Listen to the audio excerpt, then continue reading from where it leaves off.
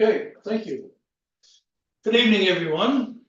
Welcome to the council chamber. Members of council here with us, and we have some people that are going to be doing presentations, and we have a guest in the council chamber as well. And we've got people at home that are joining us on YouTube. I'm sure that the internet lines are bogged right down with the numbers of people watching on YouTube. However, there will be an opportunity at the end of the meeting agenda, before we go in camera, when folks at home will be able to ask us a question about any issue that is discussed this evening. As well, here in the council chamber, we have a public input session after the minutes of the last meetings have been accepted and approved. And during that 10-minute public input session, people will have an opportunity to make any statement they may wish to make or personal position that they wish to make council aware of. Okay, so we'll begin by acknowledging, as we always do, that we are gathered tonight in Mi'kma'ki. It is the ancestral, present, and future territory of the Mi'kmaq people. And tonight we gather with the intent followed by the Living Peace and Friendship Treaties, and we do so with respect, cooperation, and coexistence. We will call the meeting to order. Council, you have an agenda that was emailed to you. What is your wish? Councilor Carver? I'll move the agenda be accepted as circulated with the addition of an information item under new business. Information, okay. Move and seconded, information item under new business. I'm just making a note, Councilor Carver.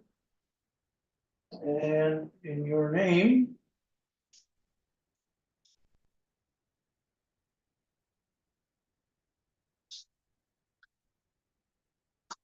So if I forget, that seems to be a common occurrence these days. Okay, you also have, council members, the minutes of the regular council meeting of June 27th. Oh, we didn't vote on it. We need a seconder as well. Councilor now, seconds it, all in favor, motion's carried. Let's go to the minutes of the regular council meeting of June 27th. I'll move the approval. Thank you. Seconder? Second. Councilor Wilson, you heard the motion on the question. All in favor? That motion is also carried. Do we have anyone who wishes to speak for the public input session? Hearing none. Thank you. Let's go on to presentations. Nancy Green from the South Shore Housing Action Coalition. Thank you. Welcome, Nancy. Glad you could join us. Me too. The computer's decided it's gonna think for a couple seconds. Yeah. Let's see how It's this just goes. taking some Are you ready, Deputy CAO? No, not quite. Oh.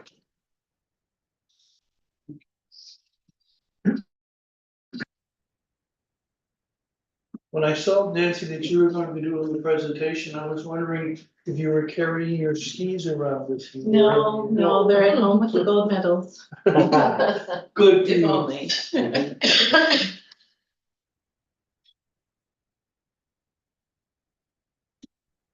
Get a gold medal in housing. Hillary. It's the white screen. Mhm. I would love to know. It's just growing. One of those. Yeah, Working Murphy at the computer. We have it on her. Yeah, I We have. we have it. Is it on there? it's just not being shared on Yeah. the YouTube Yeah, because I it's mean, I frozen, so guess we we can can carry on go with ahead the and see what slides. happens. But this We is can the carry bane on? of my existence, Yeah. trying to share slides on you. So Eric is the issue that There it is. the public can't see The it. public can't see Okay, this. take back up. There. Okay. Okay. Over to you, please. Thank you. Well, good evening, Mayor, Council, community members. I'm Nancy Kane, as you know, and I'm pleased to be joining you this evening as a member of the South Shore Housing Action Coalition. Briefly, I'm here this evening to share information with you about the importance of non-market housing options for our communities, current housing realities, opportunities for action, and to bring forward some considerations for council. SHAC, as we are known, has been working since 2012 to build awareness about and to facilitate action on the need for improved access to healthy, safe, and affordable housing options across Lunenburg and Queens counties. We believe that housing is a human right. It is enshrined in Canadian law through the National Housing Strategy. We can all appreciate the importance of having a healthy, safe, and stable place to call home. It impacts our health and well-being, our communities, and economy. We all have a responsibility to ensure that everyone in our community has access to healthy, safe, and affordable housing options that reflect the changing of housing needs throughout life. So why do non-market housing options matter? Well, let's have a quick look at housing in Mahone Bay. The ability of a household to live in a community is not solely related to the housing options available. There are a number of community dynamics at play. The current housing situation is reflective of the dynamics between housing, population, and economic realities. I've also included some data regarding poverty on this slide for context. Nova Scotia has the highest rate of poverty, including child poverty and food security among the provinces in Canada.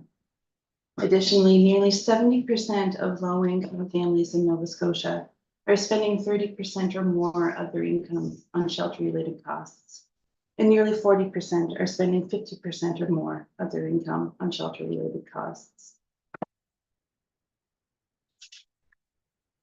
This slide shows the housing spectrum, which is the range of housing options required for the health and sustainability of communities. It reflects the changing needs of households. Those within the yellow box are where non-market housing options exist. Currently, there are very few non-market housing options in Mahone Bay. The Nova Scotia Public Housing Agency owns and operates 25 units in Mahone Bay, and these are all for seniors. There has been traditionally little investment in and intentional focus on the development and support of non-market housing options in Nova Scotia. We have looked to the housing market instead to meet needs. However, it is unable to meet the needs of everyone. According to Dr. Catherine Leviton-Reid from Cape Breton University, 89% of rental housing stock in Nova Scotia is privately owned and operated. Clearly, the market controls the vast majority of rental housing, and other than the current rent cap in place on occupied units, there is little regulation to protect the affordability of housing. Even the affordability standards set by CMHC are based on average market rents.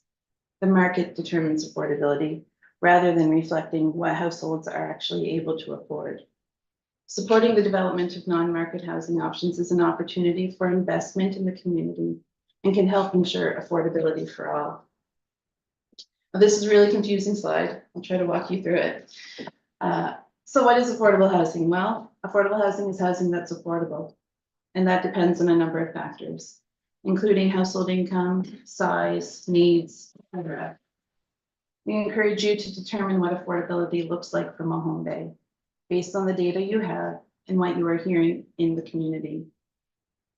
This information on this slide is really meant to provide you with some perspective as to what affordability could look like in Mahone Bay. For context, spending more than 30% of household income on shelter costs, which includes your rent, your mortgage, utilities, insurance, and other costs, is an indicator of financial strain and is a marker for affordability in the community. In Mahone Bay, 45% of renters and 15.6% of homeowners are spending more than 30% of their income on shelter costs. Renter and homeowner households in Mahone Bay would need to be earning at least 40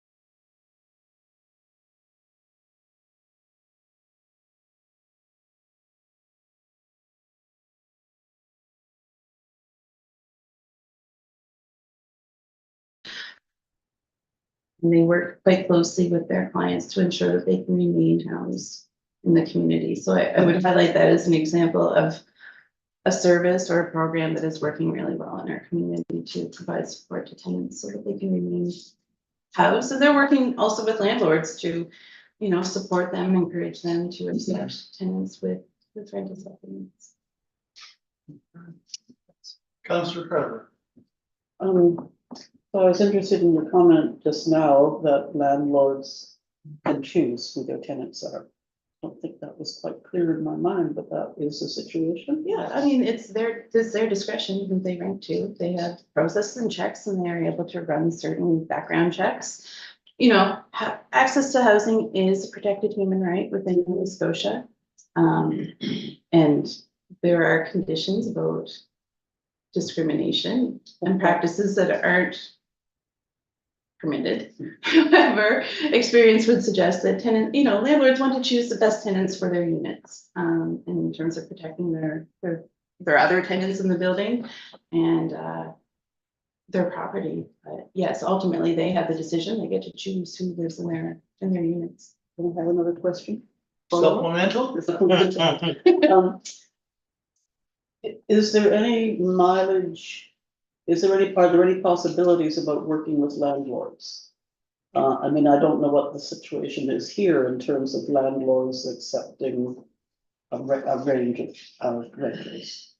Yeah, I think that would be an opportunity to explore in terms of engaging with local landlords and sharing with them information about housing being a protected right under human rights legislation in Nova Scotia, and connecting them with partners that could help them understand what services and supports are available for tenants in the community.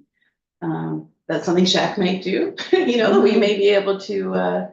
We've explored bringing out residential tenancies in the future to do a session with landlords to talk about their rights and responsibilities as landlords, which could include some conversation about the rent supplement program as well, to help build that understanding of that incapacity in the community. I had an email from a citizen today who saw the information that there was a presentation on housing tonight. He said the municipality has no business in housing. Yeah. I would say that's not an uncommon perspective. However, there's always something you can do. You might not be providing housing, but there are opportunities for you to act. Deputy Mayor Kingata. I just wanted to comment those two questions. I think three questions sort of speak a lot to why we need non-market housing options, because what we have now is a market-driven approach to housing, and if it's market-driven, no matter what you do in terms of tweaking things here and there to put regulations in place for people to try and follow, it's difficult if it's driven by the penny or the dollar. And so, as a landlord, I would want somebody who can pay back some of the money I'm paying to a mortgage or something like that. So there is a force there against the landlord, and so they won't try to take any much more risk. But if we have non-market housing, then that risk is sort of taken on by a larger group of people and can be, I guess, passed across the board. And that's why I think at municipal level, that comment was interesting. If municipal level don't look at non-market housing, who else can?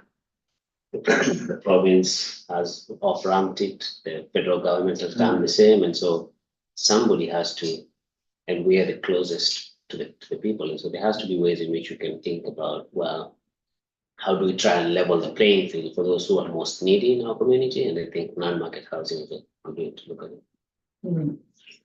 Well, Councillor Wilson. One of the things that I've been interested in reading about is some experiments that have been, I don't think in Canada, in the US, they've done several, where they've taken homeless people, straight up homeless people, and simply given them a sum of money every month for a year. One in Seattle, I think, was $1,000 a month for 12 months. For accommodation, is that the No, intent? cash, sure. Okay. And they waited to see what would happen, and what they expected to happen, of course, didn't happen. Typically, 65% of the people found housing. Some of them went back to school. Other people used the money to get cleaned up and organized and get a job, et cetera, et cetera. The pilots were highly successful. Now, they're very expensive, but my question is, has anybody done any of that kind of work in Canada? I'm not aware of work exactly similar to that. Of course, there's quite a famous pilot of basic income in Ontario, I believe, from a few years ago, where they had similar results. You know, people really took that additional income to put towards improving their housing, improving their education, and getting their basic needs met, where our social welfare system is falling behind. And I think that our poverty numbers certainly show that. You know, that people's needs they're not able to meet the needs with the income that they have, even for those who are receiving assistance in our community and those who are working as well. It is a challenge, but we also know that most people will spend as much as they possibly can to keep a roof over their heads. They will sacrifice other items in their monthly budget. If they have a limited amount, they will always try to prioritize keeping a roof over their heads and maintaining their housing. But certainly basic income is one of those experiments. I shouldn't say experiments, one of those policy opportunities where there could be great social benefit to our communities and individuals. Councillor Ravenscroft. I was disturbed to see Mahone Bay becoming a rich person's town, and I've been feeling that for some time. Which I have found disturbing, and I've heard it in conversations in this room, not by councillors, but we do have people living in town who are against any kind of housing.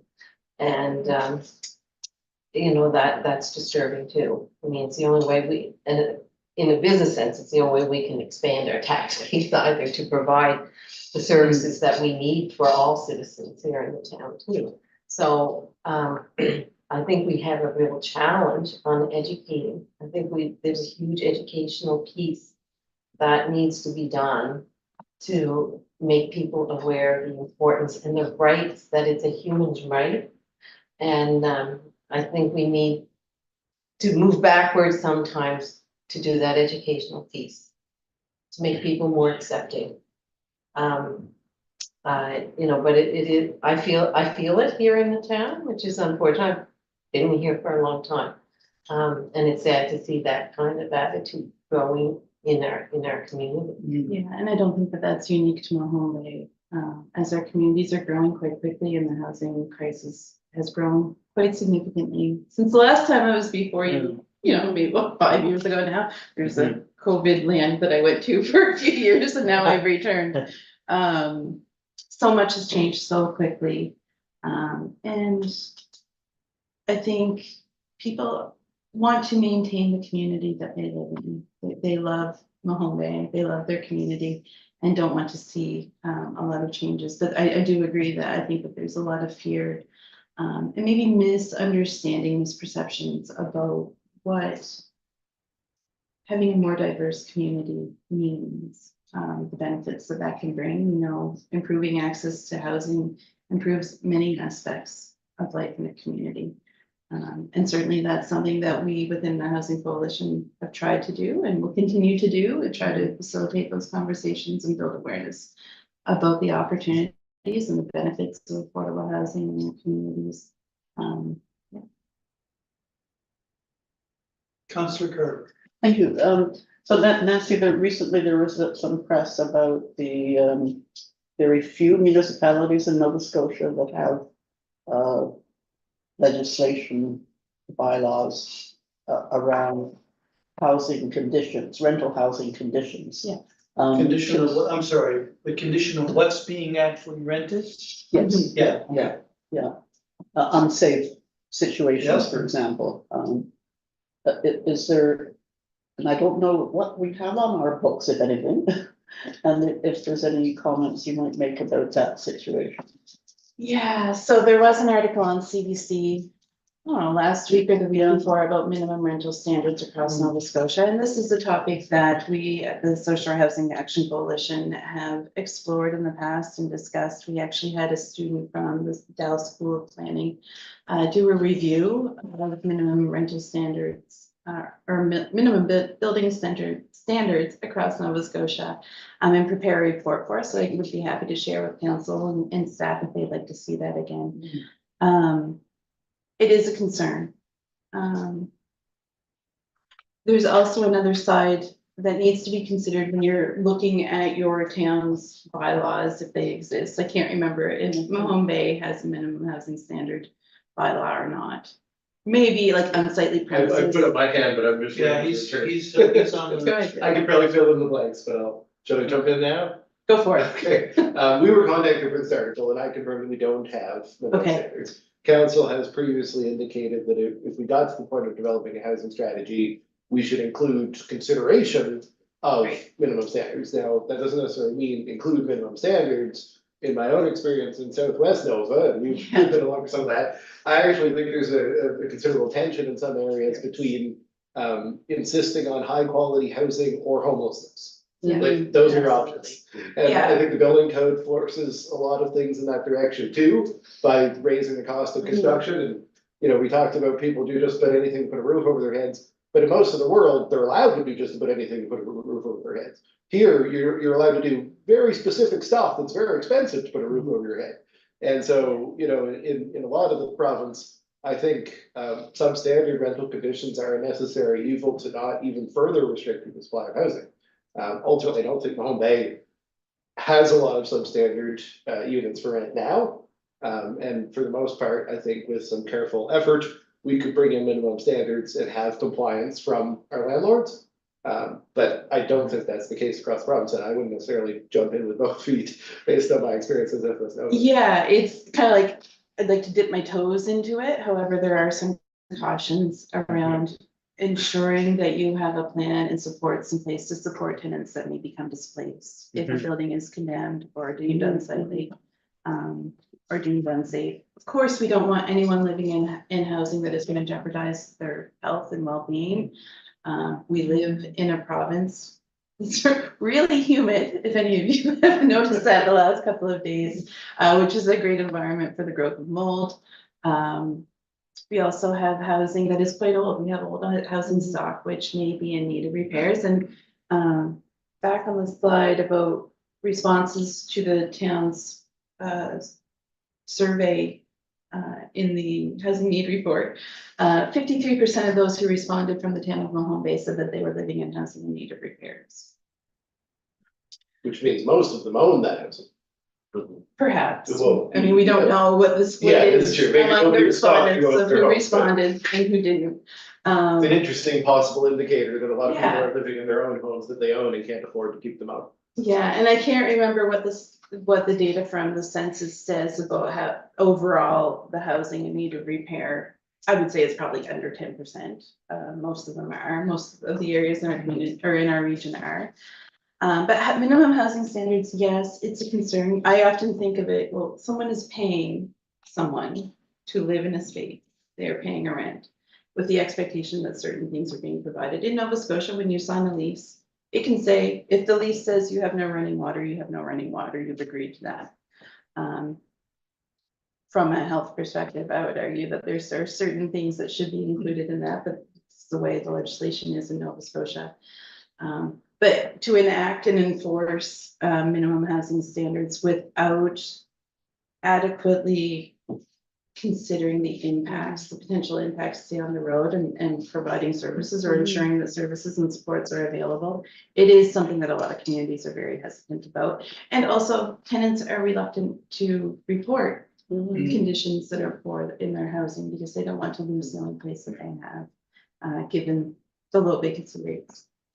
if you don't have a set of standards, that's a hammer on the landlords. So you have a new rent focused, income focused rent arrangement that I move into. But the place that I vacate, which was overpriced and not fit for human living conditions. Unless we can make the landlord fix that place up, someone else is gonna be moving in there. Yeah, exactly. Or they'll fix it up and double the rent. Well, that's the other one. Yeah. Now, I do believe that HRM has implemented a landlord registry as of April of this year. I believe it's enacted. I would pay attention to how that goes, how successful that is. It is an option for it would help the town identify landlords in the community, have a better understanding of the number of units in the community. I believe other landlord registries, and I don't know the details of the Halifax one. You may pay $25 a unit or some sort of nominal fee when you register, which would then go into a pot to help resolve or deal with issues that may come up. So I would encourage you to look at that model and hopefully, maybe within a year's time, Halifax has some data on the impact of the landlord registry as a tool to support those conditions, because they could do random inspections of units through that process that could, maybe bring your attention to housing conditions that you otherwise wouldn't know about and require the landlord to take some sort of action. Anything else? Thank you. Okay, Thank you for coming in for your presentation. Good information. To share with you. Okay. Thank you.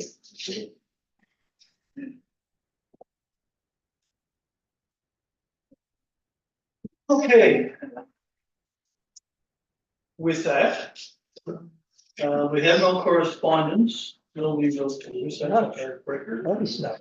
Staff reports, 6.1, staff report to council for July 9th. You have the report in your package. Questions for the CAO? Thank you. Thanks. Thank you. Bye-bye. Thank you, Mr. Mayor. This is as the short report for the first meeting of the month. And I did want to just add that we're getting close to the end of this council's term. Our thought was that along with the town council policy, we would have a brief discussion of the reporting format at the policy and strategy committee upcoming on the 22nd. So in the meantime, you've got the short report. If there's any questions, happy to get them. I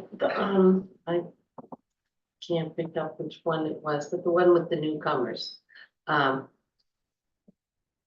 new nursing home is now Today, starting all today. over. I know some have been anyway. Somebody said it They was were completed at 2:30. I got a message that they were. excellent, completely excellent. done. Well, I've seen photos.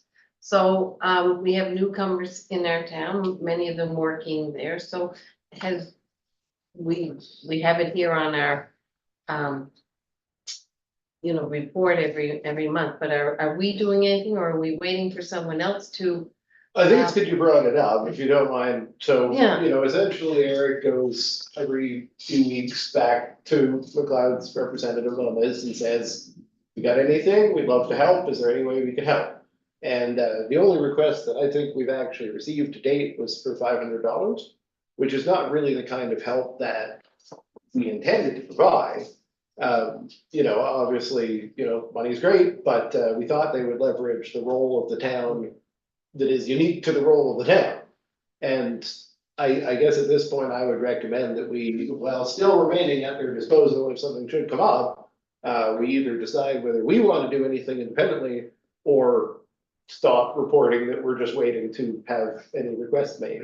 And we were gonna address that, as I said, with this reporting format conversation. There's a number of these that remain on here. And to be honest, we don't know what we would do to complete this item. Because the item is just a wait to be asked for something, and we haven't really been asked for anything.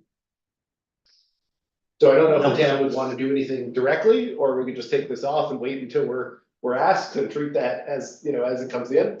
But yeah, that's why we haven't had anything to report in the last few months. Do that for the short term, and then do a bit at the policy and strategy that you were talking about in terms of structure of this report in a more global sense. And things like this that there is no way for staff to actually action it. I don't think that we are gonna suggest having them be something that we report back on every meeting, because we actually can't do anything to get it off the list. So that's the type of stuff we will talk about, but it's good we're talking about this one now, and it's a good example of the kind of stuff that remains on that list that we can't action independently. Yeah, like Canada Day, maybe we should have thought of hosting a celebration of Canada Day, welcoming our newcomers and helping. During the centennial, Yeah. the town did a Mahone Bay Day event at the park. So even doing something like that, just to, let's do a Mahone Bay Day and make sure we get invitations to the newcomers, but. That would be the kind of thing council could put into a new motion and just say, this is what we want. Right, so I think either we have to remove it or actively pursue it with intention. So our recommendation will be to remove it. But happy to get a new direction to do something else that, as you say, maybe we just pick a thing and we do it and within this council's term and then it would be done. Okay, Could there be a motion now in that regard? Yeah, I think that's, at least from my perspective, Dave's the chair. Yeah, if you wanna make a motion, that's your prerogative. So I'd like to make a motion that the town host an event similar to the Mahone Bay Day that was held during the centenary observations sometime between now and the end of the council term.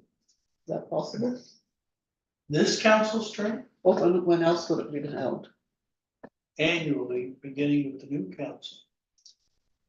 I think it's entirely your discussion. If it were to be in this council's term, I would say it should be between now and the first meeting in September. So that's pretty tight, isn't it? I don't think that's difficult to achieve though. No? Oh, okay, I'll make the motion then. Is it the party heads all? Yeah, okay, so an event between now and the first week of September, is that what nomination day is? So. What's my motion? What's it recognizing, Councillor Carver? It's Mahone Day, welcome everybody in the community. Okay, It's the same thing we did when we had an influx of Ukrainians 2 years ago. So Stephanie. I'll second it and then you can discuss. okay, ever the proceduralist. We've got a seconder to the motion, we can on the question, please. Somebody wanna? Yeah. So I'm waiting. I'll kick it off. So, I think altruistically, I think we're all in agreement that following through on this original commitment would be a nice thing to do. But, if we phone Paul Seltzer up and we've said, Paul, how much effort and work does it take to pull together in a community activity like that? I think the message would be that it's very significant. And honestly, when we've done these things in the past as a community, it's taken a lot of hands, and would take a lot more than the hands that can be made available from staff and from council between now and September. So, I think if you look at, what the town does and how we do it and how we support this type of an endeavor, it's generally done in consultation with the group, with the McLeod group. I think that was the original spirit of the item. If it's going to be something, kind of more all encompassing, I think we'd be better off trying to coordinate with the with the community at large and do what we always do, which is provide financial support. But I really don't know about organizing this event as a core staff function is a wise use of staff's time. And I don't honestly think it's fair to try to ask staff to step up to something like this in the next 5 or 6 weeks in the height of the summer.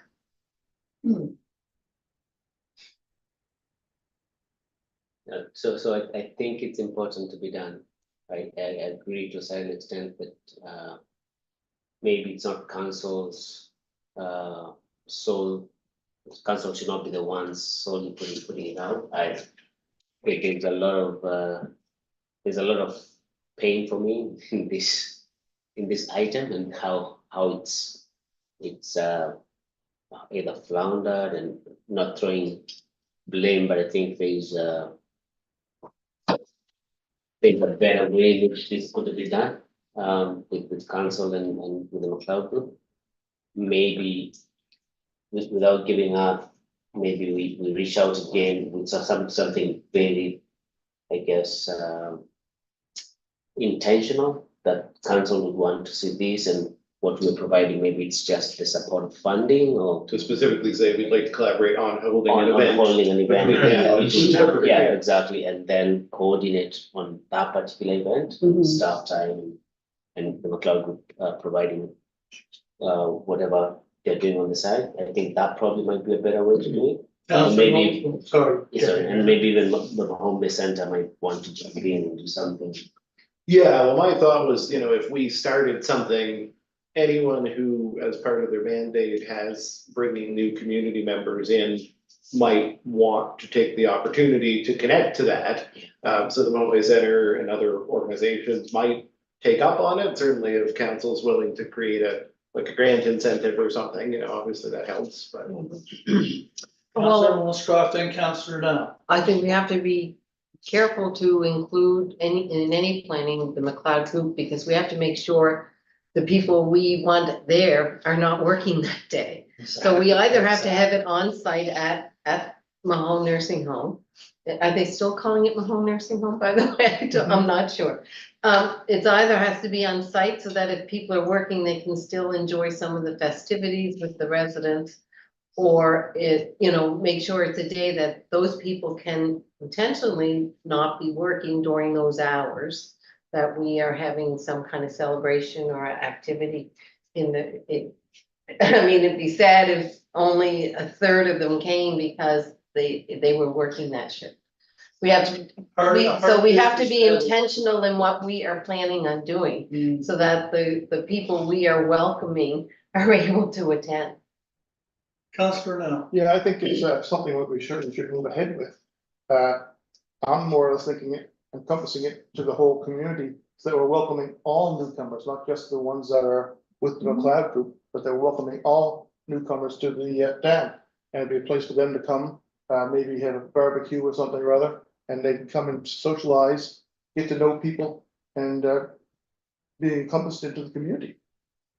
You know, I'm sure that we could get some of the organizations to throw together a barbecue. That's what we did the last time we did something like that back in Pine Dogs. The Lions Club did it that time, but I'm sure that I was somebody that will actually, you know, help out with the barbecuing and that type of thing. So I think, you know, we have to consider the McLeod group, but once again, that's a business that's really gonna be hard for them to arrange people's time off in order for that event. So if we make it all encompassing for the community, then I think we're covering a larger sector. Any other comments?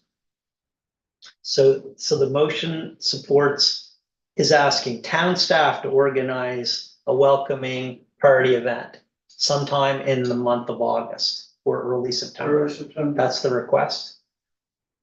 Well, that seems like a bit of a stretch. Uh-huh. Well, Kelly.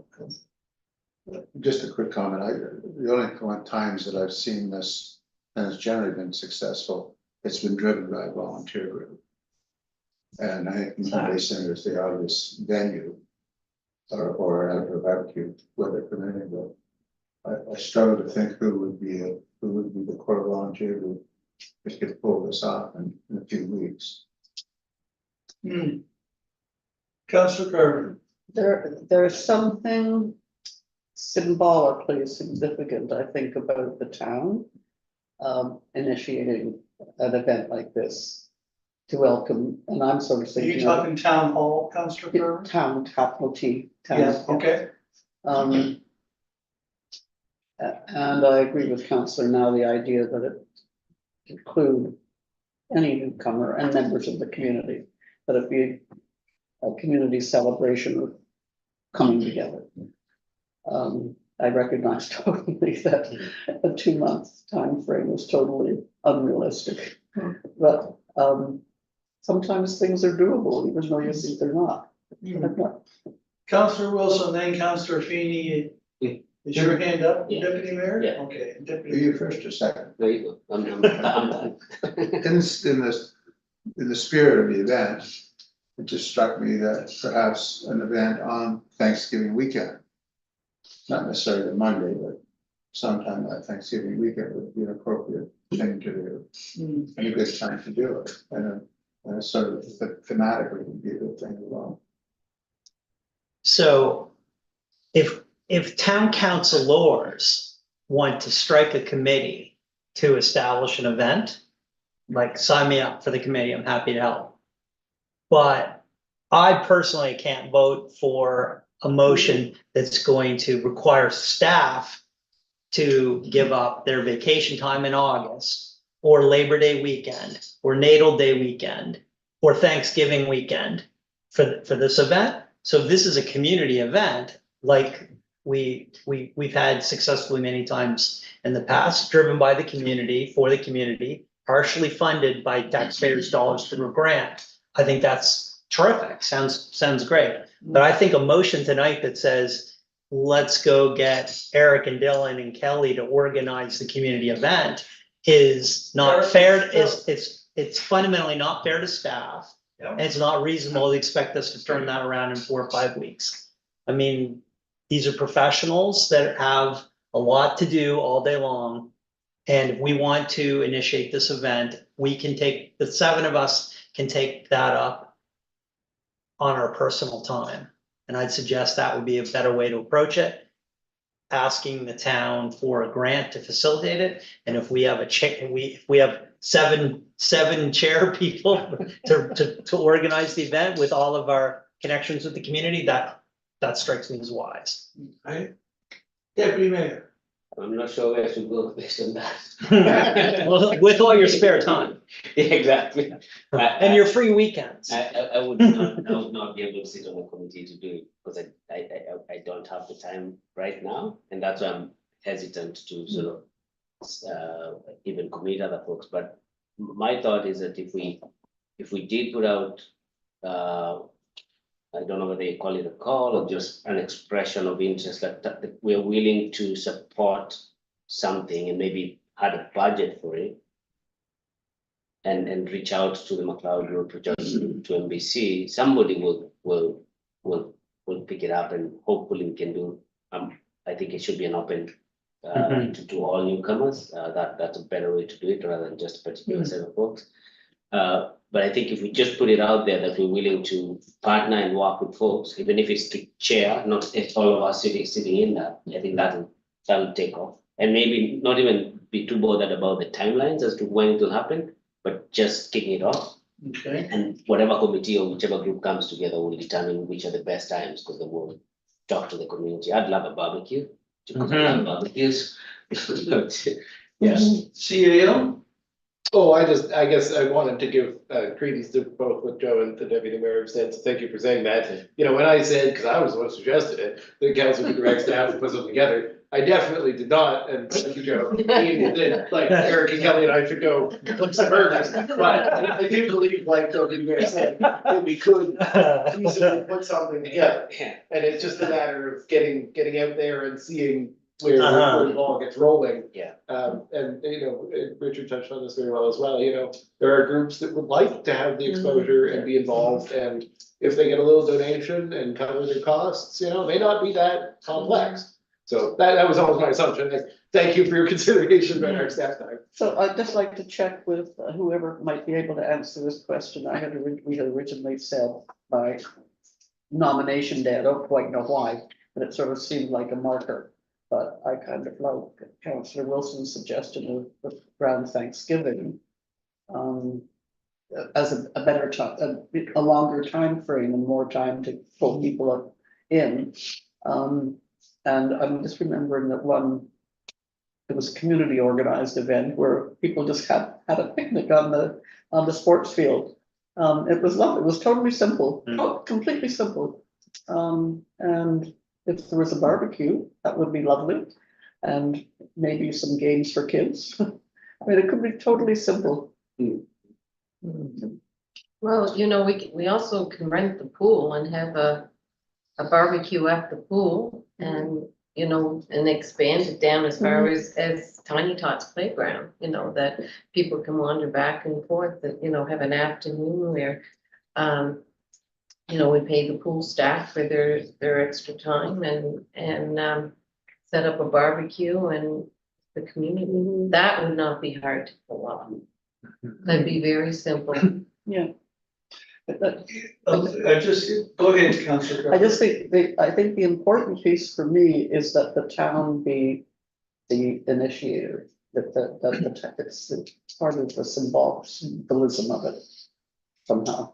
So, It's an old chestnut, but I did hear again from people asking why Canada Day comes and goes and Mahone Bay does nothing. When Pam Birdsall was the MLA, we had a thing at the bandstand. We had a Canada flag cake and a few odds and ends like that and barbecued hot dogs and whatnot. But every Canada Day, and I've suggested to the council before, and there's no real joy to doing it. But if you want to talk about welcoming new Canadians or welcoming new people to our community, the notion of citizenship and gathering and celebrating together.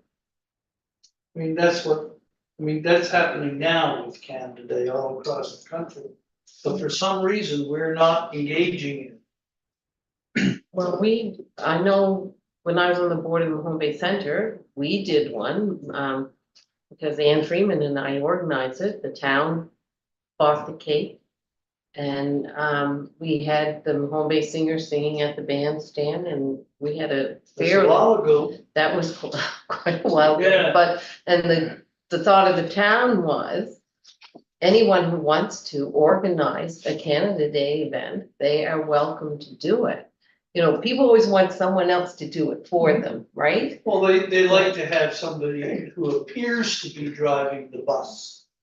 Right, but anyway, There hasn't been a whole lot on Canada Day since the fire department gave up their garden parties. so well, I think that we should have a motion to have the fire department. so what, So up so sound. to that effect, I know there's a motion on the table. Yeah, So, look, I think we should start with an appropriation.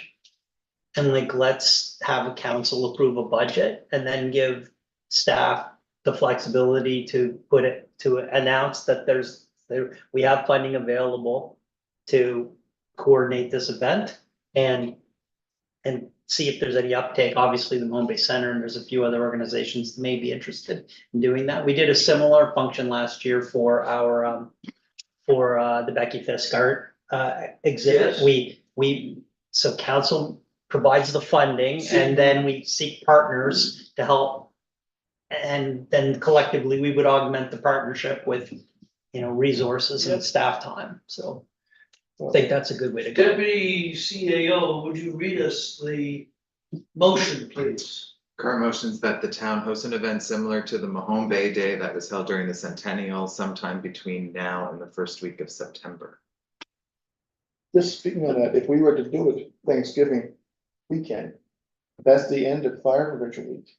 And the fire department usually does an open house and barbecue that weekend. Yeah. Well, maybe for flexibility, the mover and seconder want to take the dates out. Yeah, And then the question of whether you also want to amend it to include the allocation that Councilor Feeney just suggested. You could easily insert that into the same motion. Okay. Yeah.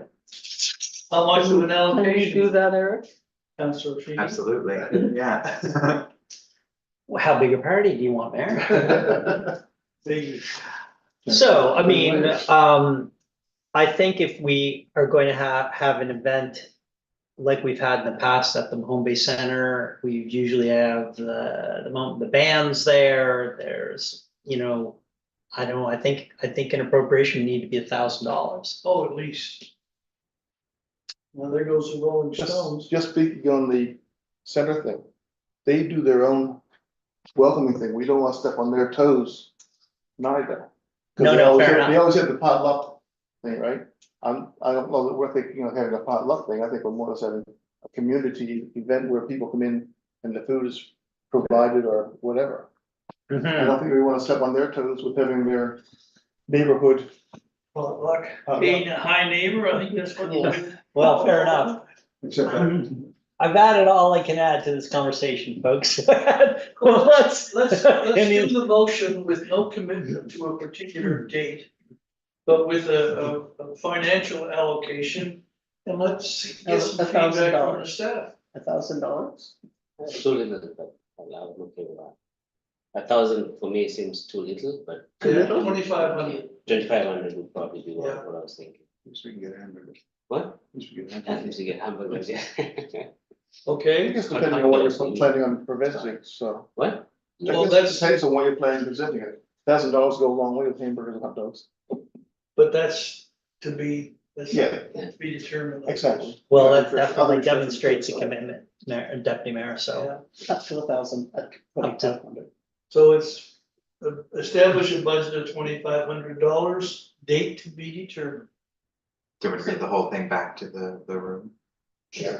All right, so a motion by Councillor Carver, seconded by Deputy Mayor Kangata, that the town host an event similar to the Mahone Bay Day that was held during the centennial with a budget of $2,500.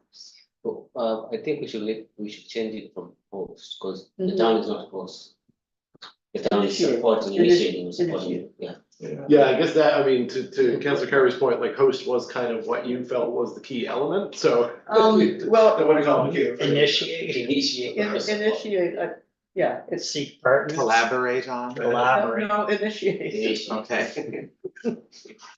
Yeah, because we're initiating, we'll Yeah, that's right. give it over to somebody We're else keeping for the ball the details. Yeah. People wonder why Dylan doesn't get a tan all summer. I couldn't. Too busy working. But I was just noting, I think this will fit under the special projects budget in the established budget. I gotta double check with Ashley, but I think there was some unallocated money in there. Ooh, I'm sure. they will. And the time frame could be any time up to Thanksgiving. Christmas Like Day, I guess. Thanksgiving-ish, yeah. Okay. So you've heard the motion. Over and over and over again. On the question, all in favor? Motion's carried. I like the barbecue. Yep. Water slides. Oh, would be too cool. That, Mayor, I'd move that we accept the staff report for information. Thank you. Do we have a seconder? Councillor Now? On the question. All in favor? Motion's carried. Let's go to the staff report on the Park Cemetery expansion. Thank you, Mr. Mayor. So I suppose this is a good segue for welcoming new residents to the other area of the process. We have had some previous discussion in the budget, so I think everyone was expecting, we were talking about an expansion of Park Cemetery this year. We actually have found ourselves needing it more urgently than I think we expected. We're actually running out of saleable lots in Park Cemetery very, very quickly. So this was already something that we'd intended to be moving ahead in August at the latest. And it won't be fully landscaped. Obviously, the new section will be cleaned off, test digs prepared so that plots are marked out and available. But seeding will probably not result in great ground cover until the spring. And we'll be planting trees that will obviously be very immature to provide shade or anything. So unfortunately, if anyone's actually going to be interred there immediately, it'll take some time for that area to have the appearance that is intended. But it will be available, and most of the time people are pre-buying. It's not an urgent event. So the cost unfortunately does come in higher than we had hoped. I think that the 25,000 is inclusive of a little bit of buffer because we haven't done much in the way of test digs. But if it is bedrock in some portion, what it will really do is it will just reduce the number of lots we can make available.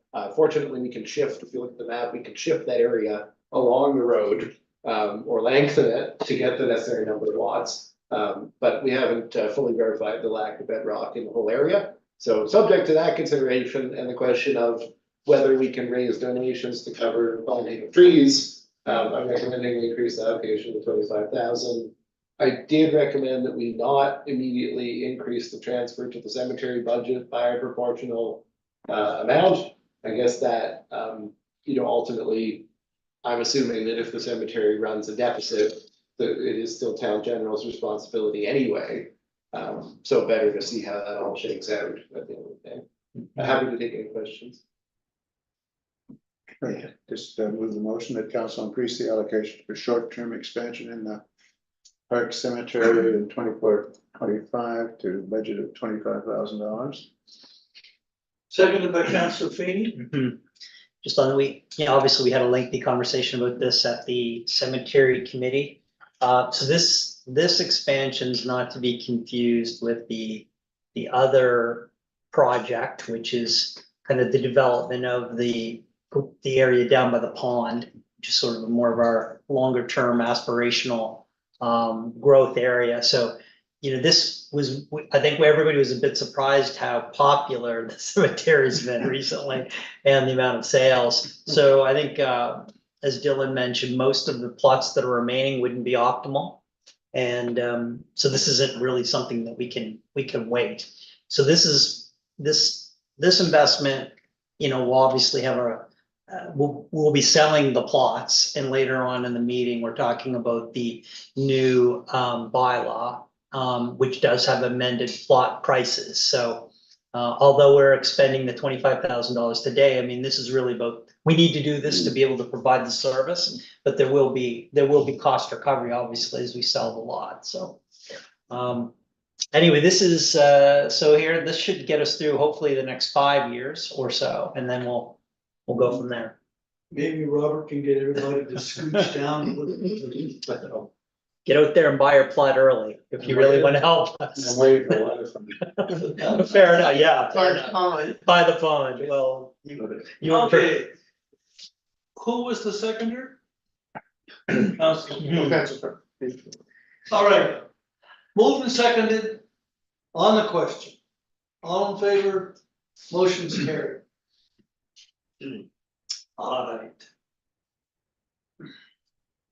What's the deal on the columbarium? Where are we with that project? So if you look at that map included in the staff report, the columbarium proposal was, at least the one we received for the external company, was gonna essentially slot in at the end of that row. So we've got 3 or 4 sections of about the same size. And at the end, a spot earmarked for columbaria. That was if an outside company wanted to lease the space from us to erect it, and so there'd be no cost to us, and they'd manage it, and they do all that. We've certainly reached out, because there was an interest, but we haven't had any definitive follow-up to pull the trigger on doing that. Ultimately, when we look at the design for the waterfront area, we'll consider with the designer whether the town installing columbaria or earmarking an area in that section for leasing as columbaria would make sense. But as Councillor Feeney said, that's a little ways down the road.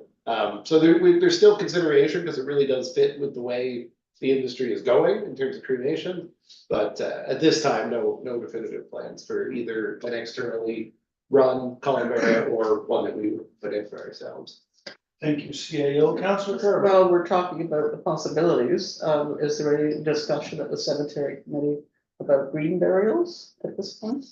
There was extensive conversation at the last meeting on that topic, so I think it's something under review, obviously, in conjunction with Bob Morse and his kind of opinions on how that could be facilitated. So it's a complicated issue, but yes, that's almost a regular agenda item. We've been talking about it for a long time Yeah. and monitoring trends, and MODL's recent decision is certainly what catalyzed that conversation Yeah. recently.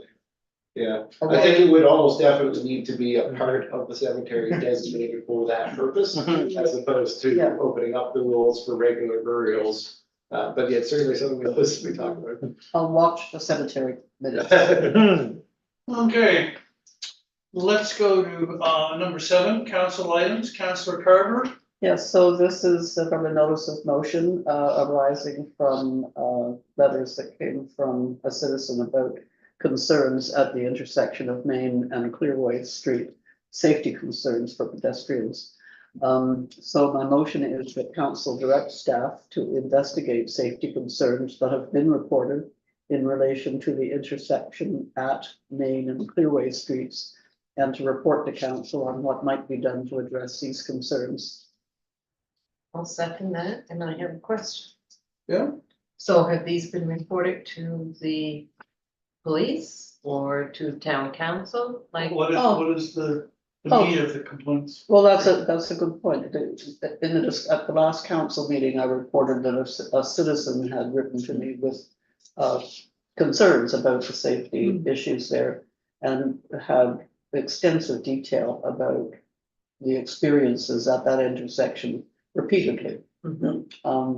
And I forwarded it. I replied to her with a copy to the traffic authority and, there was a discussion at the last council meeting, and during that discussion, I made the notice of motion that appears tonight. And if I could add, the way this is phrased, I don't see it as specific to that specific complaint. We at the staff level often receive feedback from people. And in that intersection's case, have actually observed some near misses on the pedestrian crossing. That being said, my report at the last meeting is everything is in order in terms of the crossing and the signage and, markings. Now the question is, over and above that, what could possibly be done? So, if this report goes ahead, I will consult with WSP, who are doing the engineering design on the water wastewater project that includes the intersection of their water main, and see if at that time there is anything more, unusual, I guess, but not just a typical treatment that could be done. I know Bicycle Nova Scotia previously recommended a real intersection. That was before the three-way stop. That was an alternative to the three-way stop. But there's other treatments that WSP may be able to suggest. So, essentially, if I have to go ahead, I'll go to the lengths of asking them, because I can confirm it's all a legitimate intersection and everything's done properly. But I can also confirm we continue to have an issue with near misses and rolling stops. And I guess I could also add that the RCMP have seemingly stepped up a little bit of enforcement on that location. But, there's a limit to enforcement as a mechanism. I think it's very important, but it may not be possible to enforce our way out of the non-compliance issue here. Is it an enforcement issue? There's not a design issue. It's not a design issue, and there definitely would be a benefit to increased enforcement, and as I say, I think they have done a little bit more since this has come up, but I don't think that enforcement alone is the solution, and I don't think there's anything substandard about the infrastructure. It is reasonable to ask ourselves in this moment, is there something else that could be done? I don't know the answer to that, but. Yeah, so is the raised intersection design that I think we've seen, I can't remember which document that was in. Bicycle Nova Scotia Blue Route Concepts, Blue- 2018, yeah. Blue Route. It's like a speed bump at each of the entrances to the intersection almost. Yeah, it was almost A cushion, it's Yeah. wider than Yeah, a the way speed bump. And you can achieve some similar effects with raised crossings and other things, but it's also very difficult also for the traveling public. Like, most people are adhering to the intersection. Mhm. So, like, I know Southwest Nova went a little bit into rumble strips as a technology. Very cheap, quite effective. Also really an unpleasant experience for motorists generally, if you've been on the ones in Yonge, for example. So it's all down to, solutions can be raised as options, they'll all have pros and cons, and the council will have to decide. I would like it to come back to this council if this were to pass tonight, just because there is the opportunity to incorporate it into the design work. Mhm. Question? Just wondering whether you share that with the PAB, What is the next PAB meeting? should be this one? Yeah. Yeah, if there's one this month, that would be a good opportunity. Should be. It's the Can we- 25th. Can we include it on the PAB agenda? I think that's fine. Oh, sorry, I just didn't understand the relationship to planning advisory committee. No, No, Please advise me, thank you. Yeah, and it's a good subject for that. Yeah. I just didn't know for sure that we had one at the time period to work with. The 25th. Okay. So the motion refers this to the PAB. No, the staff to The staff. prepare a report. Mhm. But while we're doing that, Yeah. there's no problem with coincidentally talking about it. Okay. You were the second, I think. Well, yes, I was, but I just have more to, like, my question to add on. Like, when people say report, are they reporting it to the RCMP? Or do they report it to a town councillor? Or, what's the appropriate procedure? I always thought when you had a traffic issue, you call the police, right? Because they're the ones that give the tickets, right? But do we have a different process here at the town of Mahone Bay that I think it's. Like to make it an official It's- report, because sometimes for statistics, you need to have I documentation. think at the PAB, it was suggested that you contact the police department and tell them. Yes, Because we were telling people to contact the people at town hall, but they were not satisfied with that, nothing was done, so the direction to us was to actually contact the RCMP with as much information as you could okay, have in terms of the license plate number, the make of car, and the color, which is difficult because all Julie sees is the blue car, right? Goes no further than that. So at the staff level, we always tell people call the RCMP. yes, But okay. in practice, like this is also a design consideration. Mhm. And so the police do need the feedback, but so do we. Yeah. So I would always encourage people to tell us as well. But, you know, certainly if you see something you feel is an offense, you should contact the RCMP. But that doesn't mean don't contact us, and maybe if you feel like the RCMP isn't an effective vehicle for immediate enforcement, because this is something where the car's already gone and, you know, still contact us. So I don't think there's anything different, but as a local traffic authority, I do wanna know. Mhm. And I will add is that our staff have also observed issues there. You know, so, and we report them to the RCMP in a different manner than, you know, it doesn't end up under So stats. but do we tell people to contact town hall or the RCMP? For both. For both, yeah, they're two different considerations. Just adding a level of Yeah. difficulty to it. to People aren't have- gonna call twice. But we're not going to call the RCMP for you, so if you wanna call the RCMP, do that. And if you wanna provide the town with feedback on the design of our infrastructure, do that. I mean, I think it's up to the individual to decide what kind of feedback they need to provide. Because the action that it triggers are different. Mhm. Yeah, the RCMP won't help change the design of the intersection, No. except maybe through PAB, if we can tempt them. But statistics play an important part in getting things done. Well, for example, So if they we say we- rarely reference statistics, but when WSP were hired to do a review of the intersection of May and Edgewater, one of their predominant findings in asking the RCMP was that there are not a lot of reports on collisions. Because almost all the collisions are near misses, which are not reported because they're not an actual collision. So, you know, mostly the lack of those reports just serves to stop municipal officials from taking action when we hear there haven't been any collisions. So it's kind of a circular thing where if you told the town councilors and staff, they wouldn't be relying on the RCMP to tell them what they should already know about their own town. I mean, in a big city environment, of course, you would expect those statistics to be more convincing than our anecdotal information, but I would argue that in our case, we're probably gonna put more credence in the anecdotal information than we are in this. One of those things we know to be true, like everybody knows cars are driving quickly on Clearway. I mean, that's shock of shocks, 400 yards of nothing but open road. We hit the jump away. Yeah. That was. You did that. Well, that's good. I'm Okay. happy to support this motion if we vote on it. All right, let's do Get that. there. On the question, all in favor, motion's carried. Committee reports. The cemetery committee, the draft minutes are provided. Okay, There is a motion in there, I think, Councillor Feeney. there is mayor. The committee spent quite a bit of time working with staff about amending the cemetery bylaw. You'll see the cemetery bylaw with the amendments attached in the second document. So kind of writ large, there've been many improvements in kind of cleaning up the language, modernizing the language in the bylaw. And specifically dealing with just making sure we have consistent definitions. For example, a grave versus a plot, so just making sure those things are lined up.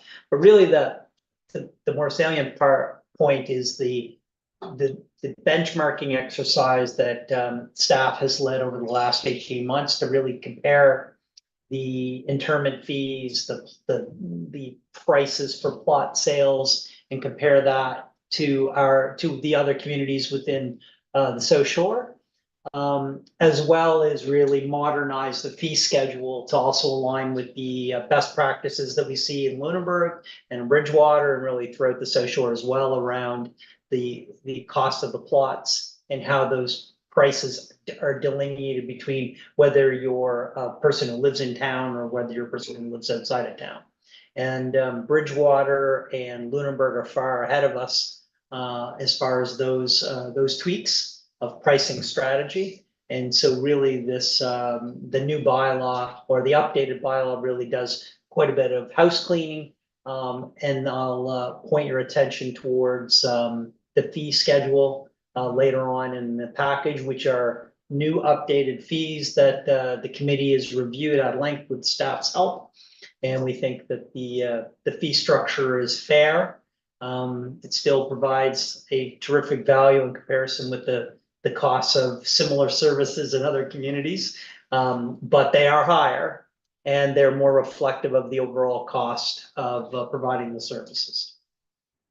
So with that, I would move that council give first reading to the amended cemetery bylaw. I'll second it. And I- Okay, I have a request it. question? Yes, I do. Number 9, about interment. I don't think it's clear enough about if, okay, if you get the services of a funeral home, they make the arrangements for the interment for you as part of their fee. Mhm. Okay, but for people who don't use a funeral home, and then we have more and more of those, there should be something there to say by contacting the town or who they, how do they go about it? 'Cause I don't think that Are you is clear. suggest? So, I'm a bit out of my depth here, but my sense of things is that, like, you can't do a private interment. I believe in the public, graveyard. I think that, like, there are rules about, I think you need to use a licensed funeral director to provide it, to conduct an interment. No, Don't have to. No, We not don't. anymore. I've had to a number. Not anymore. One at a time. There's an organization in the valley that will manage cremations. And you basically call them and they pick up the remains and they call you when they're ready and you go get the box. But isn't the point, like, the town does not provide that service? No, That's what, I think that's what the change of the number 9 is, suggesting that the town does not provide interment services. That's the edit. Yeah, To the bylaw. the nature of the bylaw is that the town needs to be advised at least 48 hours prior, this is number C, of an interment that's planned. We're just making it absolutely clear that you make your own arrangements with You make your- whoever, Right. and you just advise us rather than that we would have any role in that process. Yeah. So, yeah, And the it's town- not, we're not telling them how. After you've provided our modest fee for the town interment staff oversight of dig the the whole. hole. No, we do No. not dig the hole, that's the point, we don't do anything, yeah, So- and some of the other cemeteries do. So it's significant that I think Lunenburg does dig the hole, like, so it's important to be clear that we don't, So if the town doesn't do it, who does? whoever you hire. You dig your own. So, no, I'm serious. Yeah, so if you go through the funeral home, they'll arrange it, and Right, if you don't wanna go through the funeral home, you could find anyone who. you just sort of find buddy down the road Yeah. and bring your backhoe, Yeah, I mean, that's why you've chosen not to go to the funeral home, presumably. and then, but the town has to have delineated where the lot is. Mhm. That's- Yeah, so we coordinate with the operator, we make sure it's marked out and they dig it appropriately. I mean, that's how we even do Yeah. digging for water lines, I mean, we hire somebody else to do that. When people show up, they pay their fee, they pay the interment fee downstairs. Yeah. They get their, They get a copy of they the get a map copy of where the they're- receipt. Yeah, somebody has essentially purchased the right to use the lot for interment of remains. But that's all they've purchased, that and the perpetual care for the surface of the lot. And does any of our staff sort of supervise the digging, to be sure it's Deep enough? appropriate, just appropriate, in whatever way it needs to be. Either because to fit the proper site, or to be the proper depth, for example. I mean, how I does that don't work? think that we do, we would take a look at it before, we would take a look at it after, I don't think we tend to be on site for the actual filling it in. Oh, that seems somehow lax, that, Well, that hasn't changed with the new bylaw, Mhm. all we've changed is that we're making it clear that we don't, we never have I done. mean, yeah, well, I just think. I know there have been situations where people who are not have not attended a funeral in their life or have had to deal with a death don't understand, would never understand that. So if the town doesn't do the interment, which is, I think is, that's fine. But there should be something in here, you must contact the town. You do, you're required to get you're required to pay the fee Yes. and come and register the interment. Mhm. You- But there's- people in that situation, We should say like, the Are instructions that the stressed. town staff provide they're people. very stressed, they are not thinking Yeah, okay, in but a, there's an answer to the question, yeah, is you can't just go up there and dig a hole. right. So if you do that, you're not allowed to, if you're aware of any time that's ever happened, please bring it to the town's attention. But they must go to the town hall, and I think there should be Yes. just something, please con, interrupt this? I think there should be something clearer there for people. It's a very difficult time for many people, and for all people, I would think. And some people just aren't thinking clear. Person who's going in the pool. Well, yes, they are, but you know what? I think if we can help someone by directing them Yep. to the town hall for interment information. Well, it does. Let's, no, CAO's been waiting, Councilor. I just wanted to point out that people don't typically start with the bylaw. It would be very unusual for somebody looking to inter remains to start by reading a bylaw. Okay, People start by contacting the office. And okay. our website also directs people to start by contacting the office. Oh, So if someone contacts the office and they say, how do I arrange for interment? okay, We'll tell them we have one funeral home in town. okay. We're not gonna give any other advice about how, but if they say, so am I allowed to get an excavator in, am I allowed to do that? We could work with them on that. So I don't think we should think of the bylaw as the sort of first and primary point of customer service contact. Oh, okay, Yeah. because that's what I get from reading this. Yeah, we provide it to people after they've usually spoken to us. And as Joe's point, usually the bylaw really comes up when you're buying the lot, more so than when you're interring. But when you're interring, you're talking to the staff downstairs and they're saying, if you haven't gotten a funeral home yet, there is a funeral home, et cetera. So I don't think we'd have to put. It would be weird to put in the bylaw instructions like how to contact somebody, but I don't think it's absolutely. Well, if it's on the web page, Yeah. that's okay, but I still. And also 9B, as far as I'm concerned, eliminates that need, because it says no person shall engage, direct, or cause the performance of any interment or disinterment in a cemetery without approval of the town of Mahone Bay. So they know they're there, that they have to come for approval. Yeah, but like Dylan just said, they're not gonna read the bylaw. No, I'm just saying, you can say, well, the bylaw, if someone were to do the bylaw, then that's Yeah. the case. Yeah, presumably they'd contact the town and they get their advice from there. Exactly. So I'm just curious about the costs and prices. Mhm. If families are struggling to pay that fee, do we have any assistance for them? It's a good question. We haven't discussed that element, I don't think, Joe, is that? No, but I mean, that's a fair question. I think we're happy to add that question to the next agenda to contemplate a solution to that problem. Because it's a sad time for families, and families could be in great strife with their sole breadwinner as. Maybe check on other, like Lunenburg or Bridgewater. Well, there have been reports just recently in the press about the number of unclaimed bodies in funeral homes in the city for exactly that reason. Yeah. I mean, it's felt that many of them have exactly that reason. And I think the move of MODL to allow insurance on private property is also somewhat motivated by that equity consideration, but. We should acknowledge that we're not the only cemetery, Mhm. and that, and this has been my own experience with my mom's passing. There are actually like a full range of market alternatives in cemeteries and prices around the county. So, we should consider, and I agree, we should consider, if you're a resident maybe of Mahone Bay, why we would consider making particular arrangements to make sure you get into the cemetery in Mahone Bay.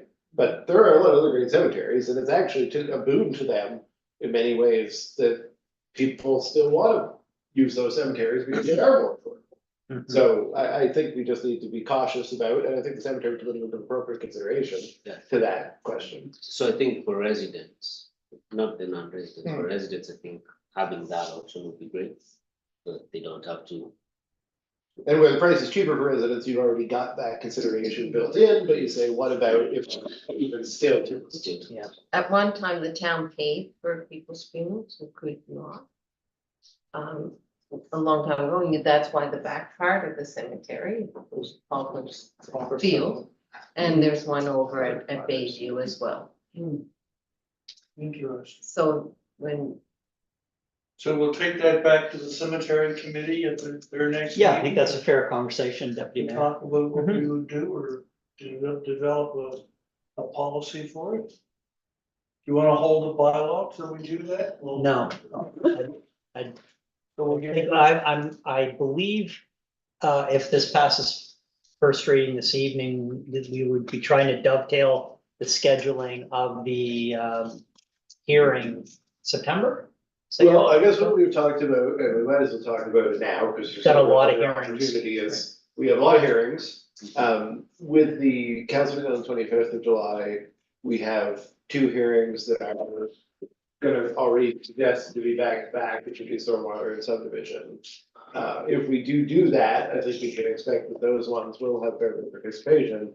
This one is not likely to draw a lot of particular interest, so, you know, you could probably say, well, we're already doing an omnibus hearing, let's include cemetery, or, if you wanna make sure that it doesn't get caught up in attention to other bylaws, I don't think there's any harm to go to these as far as that. I would not suggest a standalone hearing, I think we put a lot of time and effort into something that will not be well attended. I think there'll be, limited feedback on the edits of this bylaw. I know people will be dying to comment, but I, you know, I mean, personally, I'd like to see this moved along. We could take the other item up to the next, committee meeting, which I believe is in September. And just dovetail with the other meetings, CAO. I think so, just administratively, that seems like a smart way to move it along. Okay. Does everybody Finished agree? on the question? All in favor? First reading, thank you. Well, let's go to the Lunenburg County Senior Safety Programs monthly report. Does anyone have any questions? Okay. Climate and Environment Committee, draft minutes from their last meeting.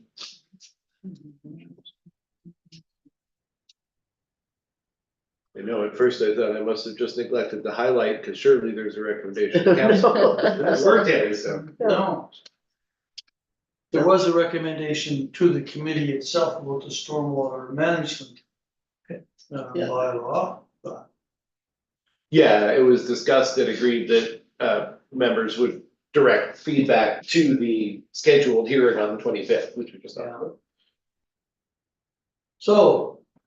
Any comments or questions on that one? Okay.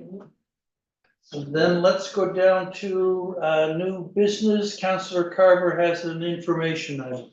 Yes, thank you, and I'm sorry, I'm having an allergy attack. I just want to say thank you to all the staff and council members who participated today. In the Communities in Bloom session that was held here in Town Hall, and to let people know that the evaluation day today was tremendously, I'll say it was successful because it went off without a hitch in the way it was planned. And there was a lot of planning that went into it. A really fascinating thing about the whole project is that of all the speakers that spoke today to the judges, and there were about 16 of them, they were all so passionate and so committed and so able to talk about their particular area and their sphere, and the common thread in everything that every person said was it's about the people and the passion and an idea and making it happen, and people collaborating and cooperating. I'm not crying, I'm just the allergies. But sometimes I do feel like crying about it because there was a lot of intense feeling and the word passion comes up again, and that was really what the community project was about. And the fact that every different person talked about that in the same way was fascinating for me. And I think the judges really got the feeling of this community from the people who participated. It was it was very impactful. So thank you to everybody who took part, and thank you for the visit to town hall today. And the number one thank you goes to you. Because all the work that all the people did, all of your volunteers did, and that the council and the people in this building did, was in support of the leadership that you provided. So the big thank you belongs to you. It Well, was an excellent job. well, thank you very much for that. I'm gonna cry again. I'm gonna cry now. I really felt I was the spark and everybody else was the flames, because that's what happened. It was an incredible group that came together, and the synergy really, it like a fire just took off, so. I just wanna give a little push to making that an internal flame. This would be a great moment to incorporate or have that basis to give a long-lived potential to this group. So while you've got them, Yeah, get their $40 and become a society. yeah, there's the next steps, and people thinking ahead to what happens, but it was really interesting to learn about the community this way, both through the research that we did for the documentation, and the planning of the tour, because then you learn more about the people and the organizations and how they're functioning. So everybody learned a lot. It was very, very valuable. So thank you for that. Now, how long do we have to wait? Is it 2 years before you can? Oh, I think, no, you can participate every year, but I think it would be folly to try and do it next year with all the construction that's gonna be happening next year. We got a lot of great information and great material, the package Yeah, that was yeah. produced, the video that's out there, I mean, it's gonna go a long way to Yeah. providing for that enhanced tourism that the chamber's looking for. Yeah, absolutely. No, it's a wonderful tool, all the material that was produced. And I sent a copy, for example, to the physician recruiter, who was very appreciative to have it as part of their files for information that they provide for potential physicians and health providers. Just as an observer in the room here today, I was very impressed with the way the judges had picked up on the knowledge of Mahone Bay. Mhm, You know, they seem to know so much about it, mhm, and just, you know, from all that experience and stuff. So I was really impressed mhm, that they had picked up on this, and the one guy said, even just by going to your websites and stuff like that, he said, I learned everything I need to know about Mahone Bay. mhm. You know, it was fantastic. Yeah, So, thank you. well, thank you. And they spoke to the quality as well. Mhm. I have a question. So do we have a link to the documents and the video on our website? And to the Community in Bloom's website? Well, we've certainly made it available to all of you, and it's Yeah. certainly been made available on social media. It could certainly be made available on the town website, if the town wants to do that. Would be Yeah. wonderful, and I think would be enticing for people who are viewing our website and yeah. planning on coming. If those links were available for Mhm. people, now that they've had their big day. Mhm. I wouldn't have posted it beforehand, but anyway, but you know, because it's the committee's day, right? And now that that's done, it'd be a good time to keep promoting that, especially with Oh, the yeah. quality. Well, I was gonna offer my suggestion, I guess in that context, I think that was what I was thinking as well, is, you know, putting on the notices section, we had a great visit from the judges, here's the materials. And then I find, anyway, I don't know if everybody does, but the notices section allows you to come up with a unique URL, so, you know, it would be our website, Communities in Bloom. Now, if you didn't know where to look, several months from now, it will be harder to find on the website. But I think that's reasonable, and if there's several months from now, a new thing we can put out about Communities in Bloom through notices, then it will keep it up. But where it's not a town project, I think that's more appropriate than putting it in as a project. Mhm. And then if anybody wants to mention it in the future, you guys can use, and it will stay up as a URL. The town of Mahone Bay / Communities in Bloom, that will be the URL. Like the Edgewater Street project, which is currently, that's how you access that information. Okay. Oh, and I just have to say, when we stopped at the Bay Hive with the judges today, Father Christmas was waiting there. Good show, good show. Yeah. David doesn't want to give that one. I'm always on the lookout for deer on the side of the road, so I was also quick to notice a deer on the side of the road on Edgewater Street. Oh, yeah. Did you notice It was the stuff did here. you notice the bowl of pasta? Well, that's when I stopped worrying and I was gonna jump out in front of my car. Okay, that brings us to the end of our agenda. There is a closed session, which we will begin shortly. Is there anyone online that has a question? No questions relating to this agenda, but something I'll follow up with staff on. Okay, and how many people are watching? Currently have 10, we're as high as 13 at one Ooh. point. Lucky number 13. Yeah.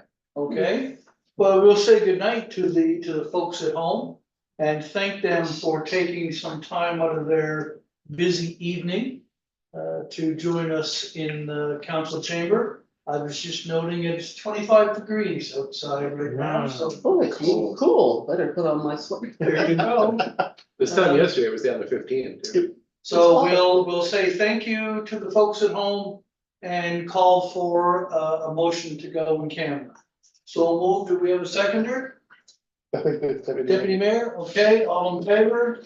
Motion's What's carried. for acquisition, sale, lease and security, lease of municipal property and Municipal contract. Government Act 22(2)E in both cases. And we'll take 5 minutes here for a comfort break and then we'll be underway. Good night.